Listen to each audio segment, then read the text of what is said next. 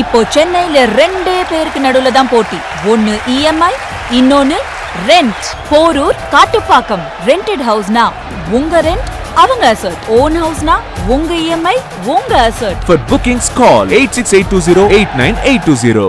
Stepstone Viram Phase 2. காட்டுப்பாக்கம்ல premium 2 and 3 BHK apartments. Just 79 lakhs all inclusive. அவருடைய அரசியல் வந்தா எப்படி இருக்கும்ன்றத பத்தி சொல்லுங்க. ரொம்ப ரிசர்வ்டு டைப்பு, ரொம்ப அதிகம் பேசாத, ரொம்ப சாஃப்டான டைப்பாக தான் நான் தனுஷை முதல்ல பார்த்துருக்கேன். ஆனால் இந்த முகத்தை எனக்கு சுத்தமாக தெரியாது. அவருக்குள்ள இருந்த ஒரு தாட்டு, இன்னைக்கு விஜய் வந்துட்டாரு, அதுக்கு முன்னாடியே விஷால் வந்தாரு. தனுஷ் அவர்கள் இன்னைக்கு இந்த ஸ்டெப் எடுக்கிறதுக்கு விஜய் ஒரு கிரியா ஊக்கியாக இருக்கலாம். விஜய்க்குனால வராங்க அந்த கேள்விதான் இப்ப எல்லாரும் கேட்கறாங்க. அவர் வந்தாரு, இப்ப அதனால தான் இவர் வர்றாரு. அந்த தாட்ஸ் முன்னாடியே இருந்திருக்குன்னாங்க. அதனாலதான் அசுரன், கர்ணன் மாதிரி படங்களுமே அவர் பண்றாரு. பொலிட்டிக்கல் ரிலேட்டடா, ஆமா, ஒரு சோசியல் ரிலேட்டடா பண்றாரு அவர் படம். தெலுங்கை தாய்மொழியாக கொண்டவர், ஒரு தெலுங்கு இனத்தை சேர்ந்தவர். தமிழ்நாட்டை இவ்வளவு மதிக்கிறதுங்கிறது ஒரு பெரிய பாராட்டத்தக்க ஒரு விஷயம். அன்னைக்கு தாய்மொழியை பத்தி அவர் ஸ்கூல்ல பேசினதெல்லாம் நல்ல ஸ்பீச், அருமையான ஸ்பீச். அதை நான் 100% வழிமொழிகிறேன். தனுஷ் அவர்கள் இப்ப அரசியலுக்கு வர்றதுக்கு காரணமே உதயநிதி அப்படின்ற ஒரு நரேட்டிவ் போகுது. அது உண்மையோ பொய்யோ, இதை மட்டும் நீங்க எப்படி மேடம்? நானும் இதை கேட்டேன், தெரியல. ப்ராக்சி வார் ஏதாவது அவரு அரேஞ்ச் பண்றாரா அப்படின்னு தெரியல.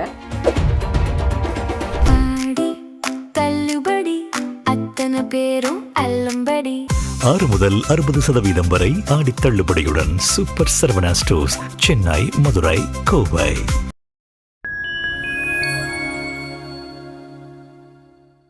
ஃபைன் டைம் நேயர்களுக்கு வணக்கம். இன்று நம்மோடு இணைந்திருப்பவர் நடிகையும் பாஜக நிர்வாகியுமான திருமதி கஸ்தூரி அவர்கள். மேடம் வணக்கம். மேடம் வணக்கம், எப்படி இருக்கீங்க? நல்லா இருக்கேன் மேடம், நீங்க எப்படி இருக்கீங்க? நல்லா இருக்கேன். தனுஷ் அவர்கள் இப்ப அரசியலுக்கு வர்ற அந்த இதுல வந்துட்டாரு, கிட்டத்தட்ட அந்த லைன்ல தான் இருக்காரு. ஒரு நடிகையா அவருடைய நீங்க பழகிருப்பீங்கன்ற நம்பிக்கை. அவர் இயக்கத்துல நான் ஒரு குறும்படம் நடிச்சிருக்கேன். அப்படிங்களா? Okay madam. அவர் பத்தியும் அவருடைய அரசியல் வந்தா எப்படி இருக்கும்ன்றத பத்தி சொல்லுங்க. ஆக்சுவலி ரொம்ப ரொம்ப ரிசர்வ்டு டைப்பு, ரொம்ப அதிகம் பேசாத, ரொம்ப சாஃப்டான டைப்பாக தான் நான் தனுஷை முதல்ல பார்த்துருக்கேன். எனக்கு என்னை அறிமுகப்படுத்தியவர் கஸ்தூரி ராஜா அவர்கள். என் முதல் படம் தமிழ் ரிலீஸ் கஸ்தூரி ராஜா சார். கஸ்தூரியை அறிமுகப்படுத்திய கஸ்தூரி. அதனாலதான் கஸ்தூரிங்கிற பேர் அவருடைய குலதெய்வத்துடைய பேர். அதனால அவருக்கு அது ரொம்ப பெருமை, எனக்கு பெருமை. அவருக்கு அவர் குலதெய்வம், எனக்கு பேர். அதனால சின்ன பிள்ளைகளாவே நான் தனுஷை பார்த்துருக்கேன். அவங்களோட சிஸ்டர்ஸ் 2 பேரும் பார்த்துருக்கேன். செல்வராகவன் நானும் ஏறக்குறைய சேம் ஏஜ். ஸோ அப்போலேருந்து நான் பார்த்துருக்கேன். எனக்கு வாழ்க்கையில ஒரு பெரிய பிரச்சனைகள் எனக்கு எங்க அப்பா அம்மா 2 பேரும் பேக் டு பேக் போயிட்டாங்க. ரொம்ப நாள்ல ஆஸ்பத்திரியில இருந்தாங்க. அப்படிலாம் நிறையங்க, அது இங்க பேச வேணாம். பட் நான் அந்த மாதிரி பெரிய உளைச்சல்ல இருக்கும் பொழுது, ஒரு சவால்களை சந்திச்சுட்டு இருக்கும்போது, அம்மாவுக்கும் அப்பாவுக்கும் டெய்லி ஆஸ்பத்திரிக்கு ஓடிக்கிட்டு இருப்பேன். அப்போ எனக்கு ஃபேமிலியை விட ஃப்ரெண்ட்ஸ் தாங்க நிறைய உதவி பண்ணாங்க. எல்லாருக்குமே அப்படிதான். அதுல ஒரு ஃப்ரெண்டு அப்படின்னு சொன்னா செல்வா சாரை சொல்லணும். பக்கத்து வீட்டில் இருந்தார், எங்க வீட்டுக்கு பக்கத்து வீட்டில் இருந்தாங்க அப்போ போயஸ் கார்டன்ல. ஸோ அப்போ அவர் அங்கே ஹி வாஸ் லிவிங் தேர். அப்போ ஆண்டியும் வருவாங்க, விஜயலட்சுமி ஆண்டி வருவாங்க. நான் அவங்கள ரொம்ப மதிக்கிறேன். என்னுடைய மகளுடைய நடன நிகழ்ச்சிக்கு அவர் தான் சீஃப் கெஸ்ட்டு. தம்பதி சமேதரா வந்தாங்க. எதுக்கு சொல்றேன்னா, குடும்பமாவே எனக்கு அந்த நேரத்துலேருந்து தனுஷ் அவர்களை தெரியும். பிரபு அவர் பேரு. பிரபு இயர் பெயர். ஆமா, அவர் பேரு பிரபு. அவர் தெரியும். ஆனா இந்த முகத்தை எனக்கு சுத்தமா தெரியாது. அதெல்லாம் நாம அதுக்கப்புறம் பார்த்து வியந்தோம். ஃபர்ஸ்ட் அவரோட எவல்யூஷன் நீங்க பாத்தீங்கன்னா, ஃபர்ஸ்ட் இளமை துள்ளுவதோ இளமை அப்படி வந்தவர். அதுக்கப்புறம் மன்மத ராசா அப்படின்னு, அப்புறம் அந்த சுல்லான் அந்த மாதிரி எல்லாம் இருந்தவர். போக போக பாத்தீங்கன்னா பொல்லாதவன், படிக்காதவன், அப்படி மாசுக்கு அதுக்கப்புறம் நடிப்புலக அசுரனா மாறுறாரு. திடீர்னு பார்த்தா பிரெஞ்சு படத்துல நடிக்கிறார். வேற லெவல் கிராஃப். ரஜினி பெண்ணை கட்டுறாரு. ஒரு தந்தையாக, ஒரு இயக்குனராக, ஒரு நடிகராக அவரோட கிராஃப் வந்து அவர் ஒரு அசுர உழைப்பு, அசுர வளர்ச்சி, அதை பார்த்தா பெருமை தான். ஸோ எனக்கு என்ன தோணுதுன்னா, அவருக்குள்ள இருந்த ஒரு தாட்டு, இன்னைக்கு விஜய் வந்துட்டாரு, அதுக்கு முன்னாடியே விஷால் வந்தாரு இல்லைங்களா? அதுக்கு முன்னாடியே அர்ஜுன் அவர்கள் அவருடைய சிந்தனைகளை பேச ஆரம்பிச்சிட்டாரு. இப்போ வந்து ராகவா லாரன்ஸ் வரட்டுமா வர வேணாமான்னு கேள்வி கேட்டுக்கிட்டு இருக்கிறாரு. தனுஷ் அவர்கள் இன்னைக்கு இந்த ஸ்டெப் எடுக்கிறதுக்கு விஜய் ஒரு கிரியா ஊக்கியாக இருக்கலாம், பட் அவரோட தாட்ஸ் ஏற்கனவே இருந்ததுன்னு நான் நினைக்கிறேன். ஏன்னா கஸ்தூர்ராஜா சாரே வந்து ஒரு முற்போக்கு சிந்தனை, அப்புறம் சமுதாய சிந்தனை அதிகம் உடையவர். ரொம்ப நல்ல ஒரு மைண்ட் அவருக்கு. அவருமே வந்து ஒரு சகல கலாமல்லவனுங்க. தனுஷ் தான் பாடுறாரு, இயக்குறாரு, நடிக்கிறாரு, டான்ஸ் ஆடுறாருன்னு நீங்க நினைக்கிறீங்க இல்லையா? கஸ்தூர்ராஜா சாரும் வந்து பாடல் எழுதி இருக்கிறாரு, நல்லாவே பாடுவார் அவரும். இசை ஞானம் அதிகம் உண்டு. லிரிசிஸ்டா இருக்கிறாரு, பெரிய ஹிட்டு டைரக்டரா இருக்கிறாரு, நடிகரா இருக்கிறாரு. அவருமே ஒரு பல்முகம் பெற்றவர் தான். செல்வாவும் ஒரு பக்கம் ஒரு ட்ரெண்ட் செட்டிங் டைரக்டர், இன்னொரு பக்கம் இன்னைக்கு நடிகரா வந்து ரொம்ப பிஸி ஆயிட்டாரு. நிறைய படம் வில்லனா நடிகர், பல குணச்சித்திர ரோல்லாம் பண்றாரு, எல்லாமே எதுக்கு சொல்ல வரேன்னா, தனுஷை நம்ம வந்து விஜய்னால வராங்க அந்த கேள்விதான் இப்ப எல்லாரும் கேட்கிறாங்க. அவர் வந்தாரு இப்ப, அதனாலதான் இவர் வர்றாரான்னு. அந்த தாட்ஸ் முன்னாடியே இருந்திருக்குன்னு நான் நினைக்கிறேன். அதனாலதான் அசுரன், கர்ணன் மாதிரி படங்களுமே அவர் பண்றாரு. பொலிட்டிக்கல் ரிலேட்டடா, ஆமா, ஒரு சோசியல் ரிலேட்டடா பண்றாரு ஒரு படம். அவர் ப்ரொடக்ஷன்லயும் பாருங்க, உண்டர்பார் ப்ரொடக்ஷன்ல வர்ற படங்களையும் பாருங்க, ஒரு சமுதாயத்தை பேசும் படங்களாக வருது. So let us see. அவரு என்னை பொறுத்த வரைக்கும், நான் சிம்பிளா ஒன்று சொல்லட்டுமா, தனுஷ் அவர்களை பத்தி நம்ம வரவேற்கிறோம். ஜனநாயக நாட்டுல, தமிழ்நாட்டுல, அதுவும் இன்னொரு ஒரு விஷயம், தெலுங்கை தாய்மொழியாக கொண்டவர், ஒரு தெலுங்கு இனத்தை சேர்ந்தவர், தமிழ்நாட்டை வந்து இவ்வளவு மதிக்கிறதுங்கிறது ஒரு பெரிய பாராட்டத்தக்க ஒரு விஷயம். அன்னைக்கு தாய்மொழியை பத்தி அவர் ஸ்கூல்ல பேசினதெல்லாம் நல்ல ஸ்பீச், அருமையான ஸ்பீச். அதை நான் வந்து 100% வழிமொழிகிறேன். ஸோ இது தனுஷை பத்தி. பட் இன்னொன்னு என்ன சொல்றேன்னா, ஜனநாயக நாட்டுல யார் அரசியலுக்கு வந்தாலும் நான் வரவேற்கிறேங்க. எந்த மாதிரி அரசியலா இருந்தாலும் அதை நான் வரவேற்கிறேங்க. நீங்க வந்து நல்லதுக்கு செய்யறதுக்காக வரீங்களோ, இல்ல நாட்டை ஏமாத்தி ஆட்டையை போடுறதுக்காக வரீங்களோ, எப்படிப்பட்ட இருந்தாலும் புது வரவுகளை நான் வரவேற்கிறேன். ஏன்னு கேளுங்க. ஏன்னா நீங்க ஒரு தேர்தலை சந்திச்சு வெற்றி கிற்றி பெற வரைக்கும் நீங்க வேற வழியே இல்லாம மக்களுக்கு நல்லது செஞ்சே இருக்கணும். ஆமா, வெல்ஃபேர் இருக்கணும், பண்ணித்தான் ஆகணும். உங்க பிராண்டை நீங்க எஸ்டாப்ளிஷ் பண்ற வரைக்கும் நீங்க ஏதோ ஒரு வகையில நீங்க நல்லது செஞ்சாகணும். அதுக்காக வேண்டியாவது யாரா இருந்தாலும் வாங்க. ஆனா ஒரு விஷயத்த நான் உங்கள்கிட்ட கிளாரிஃபை பண்ணணும்னு நினைக்கிறேன். இப்ப தனுஷ் அவர்கள் இப்ப அரசியல் வர்றதுக்கு காரணமே உதயநிதி அப்படின்ற ஒரு நரேட்டிவ் போகுது. அது வந்து உண்மையோ பொய்யோ, இதை மட்டும் நீங்க எப்படி மேடம் பாக்குறீங்க? தெரியல, நானும் இதை கேட்டேன், தெரியல. ப்ராக்சி வார் ஏதாவது அவரு அரேஞ்ச் பண்றாரா அப்படின்னு தெரியல. ஆனா ஒண்ணு, தனுஷ் அவர்கள் ஒன்றும் யார் சொன்ன பேச்சும் கேட்டுட்டு ஆடுற கைப்பாவை கிடையாது. இன்னொரு ஒரு தேரி முன்னாடி இருந்தது தெரியுமா? அண்ணாத்த படம் சைன் பண்ற வரைக்கும் ரஜினி அவர்கள் சிஸ்டத்தை கிளீன் பண்றேன்னு சொல்லிக்கிட்டு இருந்தாரு. சன் பிக்சர்ஸ்ல அண்ணாத்த ஃபர்ஸ்ட் ஷெட்யூல் ராமோஜி ஃபிலிம் சிட்டியில போய் பண்ணிட்டு வரலான்ட்டாரு. எனக்கு உடம்பு சரியில்லை அப்படின்ட்டாரு, நான் வந்து கிட்னி அப்படின்ட்டாரு. அந்த மாதிரி சன் டிவியோடைய இம்பேக்ட் தனுஷ் மேல இருக்குமா இருக்காதா அப்படிங்கிறலாம் எனக்கு தெரியல. ஏன்னா இதை தான் வந்து அமைச்சர் ஆதவர்ஜுனா ஒரு 4 மாசத்துக்கு முன்னாடி சொல்லியிருந்தாரு. அவ்வளோ பெரிய கண்டனங்கள்லாம் எழும்புச்சு அவர் மேல. இதுக்கு பின்னாடி திமுக தான் இருக்குன்னு சொன்னதுக்கு அப்புறம் இதுக்கு அதே மாதிரி தனுஷ் பின்னாடி இருக்கலாமோ இல்லைன்ற சந்தேகம். அது தனுஷ் அவர்கள் இந்த மாதிரி ஒரு வதந்தி வருதுன்னா அதை அவர் கண்டிப்பா கிளாரிஃபை பண்ணணுங்க. ஏன்னா நானுமே இதை கேள்விப்படுறேன். இதுக்கான லாஜிக்கெல்லாம் வந்து நல்லா பர்ஃபெக்டா பொருந்துற மாதிரி கேள்விப்படுறேன். அவருடைய சிந்தனை திமுக சிந்தனை ஒத்த சிந்தனையாங்கிறத பார்க்கணும். அப்படி தெரியல எனக்கு, அப்படி தெரியல. சாமி கும்பிடுவாரு தானே. ஆமா, அவர் ஓம் நமச்சிவாயன்னு சொல்லிட்டு தான் பேசவே ஆரம்பிக்கிறாரு. அப்போ இருக்காதுங்க, இருக்காதுன்றீங்களா? ஓகே மேடம், நிறைய ஒரு கேள்வி. இன்னைக்கு செய்தித்தாளில் கூட இன்னைக்கு நியூஸ் வந்துச்சு. முதலமைச்சர் விஜயே வந்து உளவுத்துறை வாயிலா கேட்கிறாராம், தனுஷோடைய நடவடிக்கைகள்லாம் எப்படி இருக்குன்னு கேட்டிருக்க மாதிரி ஒரு செய்தி வந்திருக்கு. இது செய்தியா வதந்தியானே எனக்கு புரியலையே. தினமலர் பேப்பர்ல இன்னைக்கு வந்திருக்கு இந்த நியூஸ். இன்னைக்கு முதலமைச்சரே தனுஷோடைய நடவடிக்கை என்ன அப்படின்னா அவருடைய ப்ரொடியூசர் பார்க்கணும், இல்லைன்னா அவங்க வீட்டில் இருக்கிறவங்க பார்க்கணும். இதுல முதலமைச்சர் அதை பார்க்குற அளவுக்கு என்ன முதலமைச்சருக்கு எத்தனை வேலை இருக்கு? அதையெல்லாம் விட்டுட்டு இதெல்லாம் உளவுத்துறை கண்காணிச்சு ரிப்போர்ட் பண்றாங்க முதலமைச்சர் விஜயோட, அதாவது தனுஷுடைய அரசியல் நடவடிக்கைகள். இப்பதான் எனக்கு நீங்க இதெல்லாம் வந்து திமுக பிளான் பண்ண நியூஸ் மாதிரியே இருக்கு கேட்கறதுக்கு. இதெல்லாம் ஏதோ ப்ராபகண்டா நியூஸ் மாதிரியே இருக்கு, விளம்பர நியூஸ் மாதிரி இருக்குது. ஒரு இதுதான் நரேட்டிவ் செட் பண்றதுதான் பண்ணிட்டு இருக்காங்கன்றீங்க. சோ இதெல்லாம் இருக்காதுன்றீங்களா madam? Okay madam. Okay madam, நிறைவா ஒரு கேள்வி.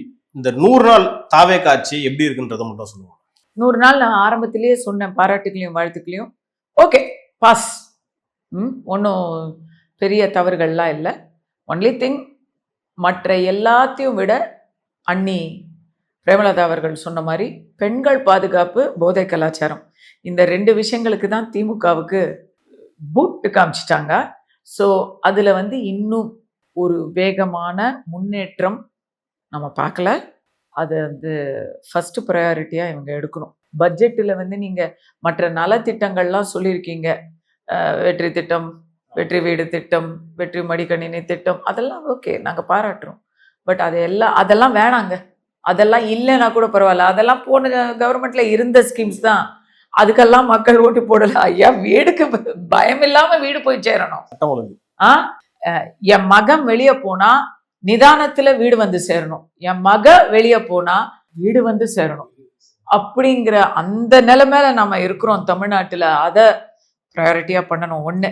2வதுங்க, தமிழ்நாடுங்கிறது மத சார்பற்ற, மதங்களுக்கு அப்பாற்பட்ட தமிழ் பெருமை, தமிழ் இன பெருமை, பாரம்பரியம் உடைய ஒரு நாடு. இங்க தமிழுக்கு நேத்து நீங்க வந்து தமிழ்த்தாய் வாழ்த்தை தான் முதல்ல பாடுவோம் நீங்க வந்து தீர்மானம் போடுறீங்க. எத்தனை பேர் எதிர்த்தாங்க தெரியுமா? யாருமே எதிர்க்கல. ஒரு முறை தான் நிறைவேறுச்சு. அந்த மாதிரி ஒரு இடம் இது. அங்க எதிர்கட்சிக்காரங்க இருக்கிறாங்க, எம்எல்ஏஸ். திமுக எதிர்க்கல, பாஜக எதிர்க்கல, பாமக எதிர்க்கல. தமிழ்னு வரும்போது நம்ம நம்முடைய உரிமையை விட்டு கொடுக்கறது இல்ல. காவிரின்னு வரும்போது நம்முடைய உரிமை, நீங்க டீலிமிட்டேஷனுக்கு கூப்பிட்டீங்களே, காவிரிக்கு கூப்பிடுங்க, மேகதாத்துக்கு கூப்பிடுங்க, யார் வராம இருந்துறாங்க பாப்போம். காங்கிரஸ் வருவாங்கன்னு நினைக்கிறீங்களா? காங்கிரஸ் தான் பயங்கரமான பச்சோந்தி குரூப்புங்க. இங்க வந்து தமிழ்நாடுன்றாங்க, அங்க அவங்களே தான் ஒரு சொட்டு கூட கொடுக்க மாட்டோன்றாங்க. ஏன் 2 பேரும் பேசி அதை இது பண்ணிக்க மாட்டாங்களாமா? நியாயம் வந்து தமிழ்நாட்டு பக்கம் தான் இருக்கு. காவிரி தண்ணி தமிழ்நாட்டுக்கு தான் முதல் உரிமை. ஊத்து எடுக்கிற இடத்துல உரிமை கிடையாது. எங்க கடைசியா பயிர் வாடுதோ அங்கதான் உரிமை. கரெக்டா சொல்லுங்க. ஆமா, அதுதான் சட்டப்படி, அதுதான் உச்ச நீதிமன்ற தீர்ப்பு. கண்டெப்ட்ல இருக்காங்க கர்நாடகா, கண்டெப்ட்ல இருக்காங்க. அவங்க சட்டவிரோதமா இருக்காங்க. அந்த சட்டவிரோதத்துக்கு இங்க இருக்கிற இதெல்லாம் பேசுற, சாரி டு சே, அவங்க தலைவர்கள்லாம் இங்க வந்து அச்சாபுச்சான்னு பேசுறாங்க. அங்க போய் டிகே சிவகுமார் எதுவும் பேசுறது இல்லையா? இல்லைங்க, இந்த வருஷம் விஜய் அவர்களுக்கு இயற்கை கூட உபகாரம் பண்ணிருச்சு. இன்னைக்கு வந்து நல்ல மழை பெஞ்சிருச்சு, அதுக்கு கிரெடிட்டா அவங்க எடுத்துக்கிறாங்க. பாருங்க, நாங்க கபினி அணையை திறந்து விட்டுட்டோமே. அங்க மழை பெஞ்சிருச்சு. மழை பெஞ்சு உங்களுக்கு வேணாம், வெள்ளம் வந்துரும் சொல்லி நீங்க அதை எங்களுக்கு திருப்பி விடுறீங்க. கேரளால இருந்து வர்ற குப்பை லாரி ரேஞ்சு தான் அதுக்கு வேல்யூ. நீங்க வந்து ஒன்னும் மரியாதை கொடுத்து எங்களுக்கு தண்ணி அனுப்பல, மனிதாபிமானத்தை அடிப்படையிலும் கொடுக்கல. ஆஹா, உபரி நீரை திறந்து விடுற, உபரி நீரை நீங்க திறந்து விடுறீங்க. இதையெல்லாம் விடக்கூடாது. காங்கிரஸை பத்தி பேசாதீங்க, அவங்க வந்து ரெட்டை வேடம் போடுறாங்க. பட் நான் இந்த தமிழ் விஷயத்துக்கு வரேன். நாம ஒரு தமிழ்நாட்டுல நாம வந்து பாத்தீங்களா, காவிரினதும் நீங்களும் நானும் அதுல ஒன்றி போறோம்ல. அதுல மதவாத சக்தி அப்படின்னு சொல்லிதான் விஜய் அவர்கள் பாஜகவை ஒவ்வொரு தரமும் எதிர்க்கிறாரு. மதவாத சக்தியோட நான் கூட்டணி வைக்க மாட்டேன்னு சொல்லிதான் இந்த வீணா போன காங்கிரஸோட இந்தியன் யூனியன் முஸ்லிம் லீக், இது மதவாத கட்சியா இல்லையா? கிட்டத்தட்டையா? மீதி என்ன கிட்டத்தட்ட இஸ்லாமிய கட்சி தான். அப்புறம் கட்சி பேர்லயே முஸ்லிம் லீக்னு வச்சுக்கிட்டு அப்புறம் என்ன மதவாதம் இல்லையா? அது மதவாதம்னா பிஜேபி அப்படின்னு இவர் நம்பி காங்கிரஸோடையும் முஸ்லிம் லீகோடையும் இது பண்ணியிருக்கிறாரு. நேத்து வரைக்கும் சனாதனத்தை ஒழிக்கணும்னு பேசிக்கிட்டு இருந்தவங்களுக்கு ஜால்ரா தட்டிக்கிட்டு இருந்த திரு பிசிகேவோட தலைவர், இது தலைவர் இல்ல, எல்லாம் கட்சி மட்டும் என்ன, வன்னி அரசு அவர்கள் பேசாத பேச்சா? வன்னி அரசு அவர்கள் தாவேக்காவ பேசாத பேச்சா?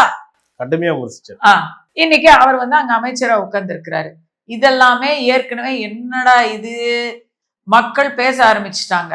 நான் வந்து மதத்தை இங்க கொண்டு வர விரும்பல, ஆனா மக்கள் என்ன ஒரு இது போட்டாலும், என்ன அப்பாயின்மெண்ட் போட்டாலும், என்ன அமைச்சர் பதிவு போட்டாலும் அதுல வந்து கிறிஸ்துவ பிரதிநிதித்துவம் அதிகமா இருக்கே அப்படின்னு பேசுறாங்க.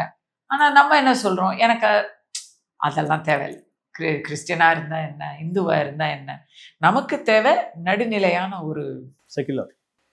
தமிழ்நாடு, எல்லாரும் தமிழர்கள் அப்படின்னு நினைச்ச இடத்துல நேத்து மரியா வில்சன் குண்டு தூக்கி போட்டிருக்காரு. என்ன மேடம் போட்டாரு, என்ன பாத்தீங்க அப்படி? அவருடைய தமிழ இருந்துட்டு அவருக்கு தமிழ் வரமாட்டேங்குது. ஏன் வரமாட்டேங்குதுன்னு தெரியல. அல்லதான் கோவலாம் போட்டாரு அவரு. இல்ல அதுக்கு ஏன் வரல, அவருக்கு ஏன் தமிழ் வரல? அவர் தமிழ்நாட்டுக்காரர் இல்லையா? ஏன்னா ஏன் கேட்கிறேன்னா, தமிழ்நாட்டு பிரதிநிதின்னு சொல்லி கன்னடக்காரரை தான் நம்ம அமைச்சு வச்சிருக்கிறோம். இவருக்கு வேண்டிய ப்ரொடியூசர்ஸே அவங்களுக்கு சம்பந்தமே இல்லாத, அறநிலையத்துறை சம்பந்தமே இல்லாத இடத்துல எல்லாம் வந்து அவங்களுக்கு இது கொடுக்குறாங்க. இதெல்லாம் இது ஒரு தாவைக்காவை பிடிச்சவங்களுக்கு கூட இதெல்லாம் வந்து ஒரு துணுக்கிடுது. மக்களுடைய ரியாக்ஷன்ஸே நான் சொல்றேன், யாரும் இதை ஒத்துக்குவாங்க எல்லாருமே. அதுல மரியா வில்சன் அவர்கள் ஏன் தமிழ் வரலங்கிறது அடுத்த கேள்வி. அது ட்ரோல் நிறைய பண்றாங்க இல்லைங்க அவருக்கு. அது சிலர்ல ஸ்லாங் அப்படி இருக்கு இல்ல. இப்ப புசி ஆனந்த் அவர்கள் ஒரு விதமான தமிழ் பேசுறாரு. ஆனா அவரோட ஸ்லாங் அது புதுவே இல்லை, அது நார்த் தமிழ்நாடு, விழுப்புரம் சைடு. எனக்கும் நார்த் தமிழ்நாடு. அது அந்த மாதிரி அவரை பெருசா கேலி பண்றவங்க ரொம்ப குறிப்பிட்ட ஒன்லி ஒரு செக்ஷன், ஒரு தீய சக்தி குரூப்லயே சின்ன சக்தி குரூப் அவங்க. பட் இவரோட தமிழை எல்லாருமே நோட்டீஸ் பண்றாங்க. இவர் பார்த்து படிக்கிறது கூட டிஃபிகல்ட்டா இருக்கு. அதெல்லாம் தப்பே கிடையாது, இதெல்லாம் ஒரு மேட்ரு கிடையாது. அவர் பட்ஜெட்டை சரியா பிரசன்ட் பண்ணாரா அது ஓகே. பட் அவர் கோவத்துல நினைத்து சொல்றாரு, என் மதம் எனக்கு கத்துக் கொடுத்ததை விட தமிழ் எனக்கு கத்துக் கொடுக்கலான்ட்டாரு. அது கொஞ்சம் அது வருத்தமா இருக்கு, அவர் சொல்லியிருக்க கூடாதுன்னு தோணுது எனக்கு. தமிழர் விரோதமா தமிழ் விரோதமா பேசுனீங்கன்னா அதை எப்படிங்க ஏத்துக்க முடியும்? தமிழை இழிவுபடுத்தும் விதமா இல்ல நீங்க பேசுறீங்க, தமிழுடைய மாண்பை குறைக்கும் விதமா பேசுறீங்க. உங்களுக்கு அன்பு, நான் கேட்கிறேன், எல்லா மதமும் அன்பதாங்க போதிக்குது. அது எப்படி உங்க மதம் பெருசு அது அன்பை போதிக்குதுன்னு நீங்க எப்படி எடுத்துட்டு வரீங்க? அப்ப நீங்க வந்து கிறிஸ்துவன் அப்படிங்கிற அடையாளத்துல அடங்குறீங்க. தமிழை விட மதம் பெருசுன்ற சர்ச்சுக்கு போற ஒரு தமிழ்ச்சியா நான் சொல்றேன், நீ இங்க எப்படி அப்படி எப்படி நீங்க கிறிஸ்துவ பெருமையா பேசுவீங்க? ஏற்கனவே சர்ச்சா ஓடிக்கிட்டு இருக்கு. பட்ஜெட்டுக்கு நீங்க வந்து ஜபமாலையை எடுத்துட்டு வந்தது ஓடிக்கிட்டு இருக்கு. அங்க என்னடான்னா ஸ்பீக்கர் வந்து பேரணியில போறாரு, கிறிஸ்துவ கொள்கை பேரணியில போறாரு. பெண்களுக்கு விரோதமான ஒரு விஷயத்தை கையில எடுத்து அவர் பேரணி போறாருங்க. வெரி சாரி டு சே, அதெல்லாம் பெரிய பேச்சா போயிடும், அது இன்னொரு தரம் பேசுவோம். பட் தமிழை விட ஒரு மதம் பெருசா? மதம் எனக்கு கத்துக் கொடுத்துச்சு அன்புன்னு சொன்னீங்களே, அந்த மதத்தை கத்துக் கொடுத்ததே தமிழ் தானே. இவர் லத்தீன்ல தான் போய் கன்வெர்ட் ஆனாரா? லத்தீன் பாஷையில தான் சர்ச்சில் பேசுறாரா? நான் போறேன், நான் வந்து அங்க போய் வேண்டுறேன். அதனால நான் அந்த உரிமையில கேட்கிறேன். குடும்பத்துல ஒரு இது வந்தா, ஒரு கேள்வி வந்தா குடும்பத்துல கேட்பாங்கல்ல, அந்த மாதிரி நான் நல்லபடியா கேட்கிறேன். நான் இதுவா கேட்கல, ஒரு வன்மத்தோட கேட்கல, ஆதங்கத்தோட கேட்கிறேன். எல்லாரும் தமிழ்ல தானே நம்ம இது பண்றோம். பைபிளே தமிழ்ல தான் படிக்கிறாங்க. கோயில்ல தமிழ்ல அர்ச்சனை பண்ணணும்னு நீங்க சொல்றீங்க. ஆனா இங்க வந்து தமிழர் கத்துக்கிட்டேன், என் தமிழை விட என் மதம் எனக்கு நிறைய கத்து கொடுத்துருக்குன்னு சொன்னா என்ன அர்த்தம்? மரியா வில்சன் அவர்கள் அதுக்கு வந்து விளக்கத்தை கொடுக்க வேண்டும், வருத்தத்தை தெரிவிக்க வேண்டும். முதல்வரே நீங்க கண்டிக்கணும்னு சொல்றீங்களா அவரை? ஆமா, முதல்வர் திருச்செந்தூருக்கும் போறாரு. அவங்க அப்பா வந்து கோயிலுக்கு தான் அதிகமாவே போறாரு, SSC ஐயா அவர்கள். அவங்க வீட்டிலேயே மத நல்லிணக்கத்துக்கு சான்றா அவங்க வாழ்ந்துகிட்டு வர்றாங்க இல்லைங்களா? சோபா மேடமும் அம்மா பேர்லயே ஒரு சாய்பாபா கோயில் இருக்குன்னு நினைக்கிறேன். அதனால உங்களுடைய ஏற்கனவே வந்து உங்க அமைச்சரவையில எல்லாருமே கிறிஸ்டினா இருக்கிறாங்க. இன்னைக்கு அறநிலையத்துறை இதுல கூட அப்பாயின்மெண்ட்ல கூட அவங்க எல்லாரும் இந்துவா இருந்தாலும் வீட்டுல கட்டுனவங்க கிறிஸ்டியன்னு சொல்றாங்க. யார சொல்றேன்னு தெரியுதா? ஆன்மீக சொற்பொழிவாளர். அவங்க வந்து உண்மையா அருமையா பேசக்கூடியவங்க. பட் வெளிய பேச்சு என்ன தெரியுமா? அவர் வந்து சர்ச்சில் சிபாரிசு வாங்கியிருப்பாருன்னு பேசுறாங்க. மக்கள் வந்து பேசுற வாயை நாம வந்து அதுக்கு ஒரு வாய்ப்பு கொடுத்துடக்கூடாது. அமைச்சர் ஒருவர் தன் மதத்தை வெளியே வைத்து விட்டுத்தான் சட்டமன்றத்துள் நுழைய வேண்டும். அதுலயும் தன் பேச்சுல நீங்க கண்டிப்பாகங்க, நானும் தோழறேங்க, நான் என்னை விட நீங்க வந்து இது our father in heaven holy be your name என்னை விட யாருங்க சொல்ல முடியும்? 3 லாங்குவேஜ்ல எனக்கு ப்ரே பண்ண தெரியும். 3 லாங்குவேஜ்ல நான் வந்து ப்ரே பண்ணுவேன். எல்லாரை விட அங்க இருக்கிற அத்தனை பேரை விட எனக்கு எல்லா செயின்ட்ஸும் தெரியும், பேரபிள்ஸும் தெரியும், பைபிள் தெரியும், ஓல்ட் டெஸ்டமெண்ட் தெரியும். அதுக்காக அதெல்லாம் எடுத்துக்கிட்டு போய் இதனாலதான் அப்படி என்ன தமிழ பேசும்போது எனக்கு காண்டாவதா இல்லையா? அதுக்கு அமைச்சர் வருத்தம் தெரிவிக்க வேண்டும். முதலமைச்சர் கண்டிக்க வேண்டும். முதலமைச்சர் கண்டிக்க வேண்டும். மீண்டும் இது போல் தமிழுக்கும் மதத்துக்கும் கன்ஃபியூஷன் வரக்கூடாது. இதெல்லாம் கலவரமாகுங்க. அவர் நான் வெளிப்படையா கேக்குறேங்க, முதலமைச்சர் விஜய் கிறித்துவரா தமிழரா அப்படின்ற கேள்வி வந்தா அவர் எந்த பக்கம் போவார்? கண்டிப்பா தமிழர்ன்றதான். நீங்க சொல்றீங்கல்ல, அந்த நம்பிக்கை அவர் காப்பாற்றணும். மரியா வில்சன் அதுக்கு வந்து கண்டிப்பா அவர் விளக்கம். பல விஷயங்களுக்கு சிறப்பா நீங்க பதில் அளிச்சீங்க. உங்க நேரத்துக்கும் கருத்துக்கும் நன்றி. நன்றி.